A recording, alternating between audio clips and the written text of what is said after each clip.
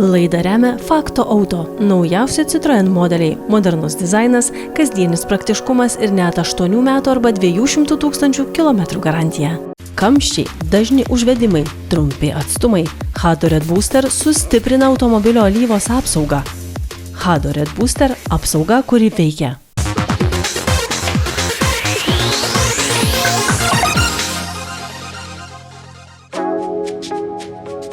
Dabar apie vieną karščiausių rinkos naujienų – 5. kartos BMW X5.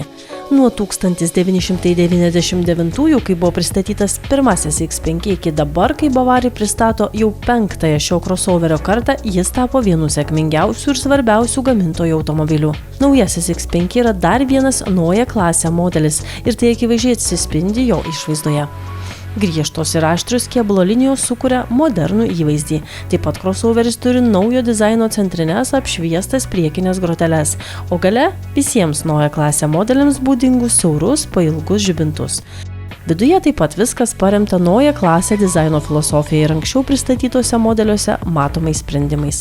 Pavyzdžiui, visa pagrindinė informacija vairuotojui pateikiama panoraminėme prietaisų skydelyje po priekiniu stiklu, o visų naujojo X5 funkcijų valdymas vyksta per centrinį lietimų jautrų ekraną. Kaip premium klasės gamintojas, BMW stengiasi, kad būsimi X5 vairuotojai bei keleiviai jaustųsi komfortiškai ir galėtų mėgautis visapusišką kokybę, todėl apdailai naudojamos aukštos kokybės medžiagos. Įdomu tai, kad už papildomą mokestį bus galima užsisakyti interjero apdailos elementus pagamintus iš skalūno. Bavarai teigia, kad jie yra pirmieji pasaulyje pateikiantys tokį pasirinkimą.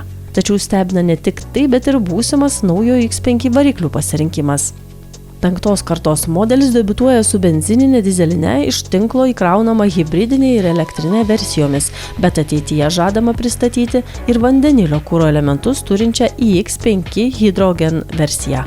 Gamintojo teigimu, pilnai užpildytais vandenilio bakais bus galima įveikti iki 750 km atstumą. Tuo metu dabar pristatomas tik elektra varomas iX5 modelis, kurio naujos kartos akumuliatorių talpa siekia net 141 kWh, vieną įkrovą galės įveikti iki 845 km atstumą. Kiek tai realu, parodys laikas, tačiau charakteristikos skamba ambicingai. Pirmieji pirkėjai naujuosius 5. kartos X5 varomus benzininiais arba dizeliniais varikliais gaus šių metų antroje pusėje, o tik elektra varomi modeliai bei iš tinklo įkraunami hibridai bus pristatyti 2027 pradžioje. Nors kol kas oficialios kainos Lietuvoje neskelbiamos, bet prognozuojama, kad baziniai modeliai su dizeliniais varikliais kainuos nuo kiek daugiau nei 90 000 eurų.